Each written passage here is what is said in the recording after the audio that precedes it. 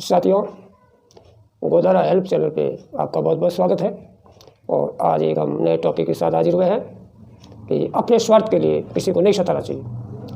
साथियों, ये मनुष्य जन्मी स्वार्थ के लिए हुआ है और स्वार्थ ही होता है, लेकिन स्वार्थ भी कुछ हद तक होता है।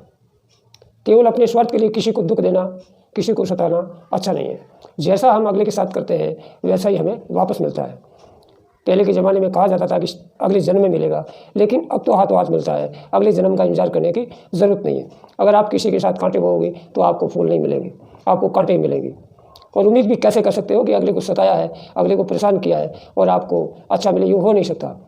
और भगवान भी कुछ चीज़ है जो ये सारा संसार चल रहा है, इसलिए हमें सब चीज़ों को देखते हुए अपने स्वार्थ के लिए किसी के साथ अन्याय नहीं करना चाहिए। देखिए दोस्तों, एक रामायण में प्रसंग आता है कि माता सीता जी एक बार अपने बाग में टहल रही थी, फूल खिले हुए थे, पक्षी चहक रहे थे और बड़ी खुशबू आ रही थी। सीता जी टहल रही थी। इतने में तोता और तोती एक पेड़ पे बैठे थे और वो आपस में बात कर रहे थे कि सीता जी को राम जी आएंगे और शादी करके ले जाएंगे।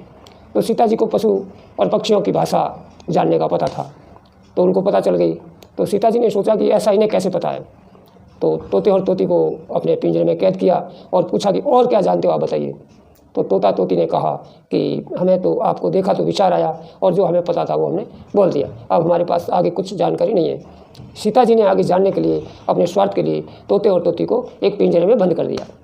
कुछ दिन बंद रही और बोला आप बताइए, परेशान किया, सताया, लेकिन तोता तोती कुछ नहीं बता पाए। इतने में तोती गर्भवती थी और तोता मर गया। जब तोता मर गया तो तोती ने बोला, सीता जी आपने हमें कैद करके रखा और सताया है और आज मेरे पति की डेथ हो गई है और मैं बिना पति नहीं रह सकती, पति के वियोग में दुखी हूँ। तो इतने में तोती ने सीता जी को श्राप दिया कि जब आप भी गर्भवती होगी तो अकेली रहना पड़ेगा आपको। इसी वजह से सीता जी को लास्ट में गर्भवती थी तो राम जी को छोड़ के अकेले रहना पड़ा। तो साथियों, अगर उस टाइम भी ऐसा होता था और स्वार्थ की सज़ा मिलती थी तो आज के युग में भी क्यों नहीं मिलती है।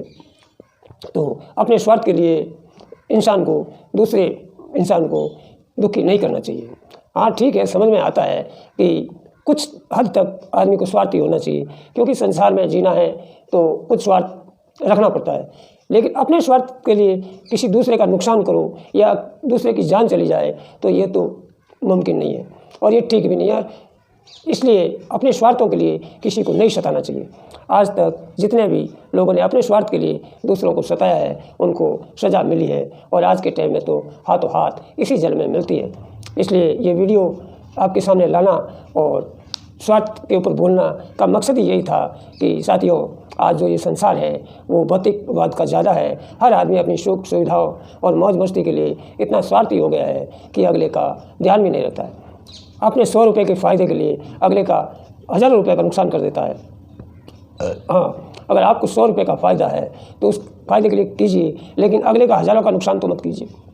इसीलिए साथियों, स्वार्थी तो होना चाहिए, लेकिन स्वार्थ भी हद से ज़्यादा नहीं होना चाहिए कि जिससे अगले की जान भी चली जाए और अगले का 100 गुना नुकसान हो और हमें 1% फ़ायदा हो। वो फ़ायदा भी कोई कामना नहीं है और ऐसा स्वार्थी आदमी को नहीं होना चाहिए। आज के वीडियो में इतना ही।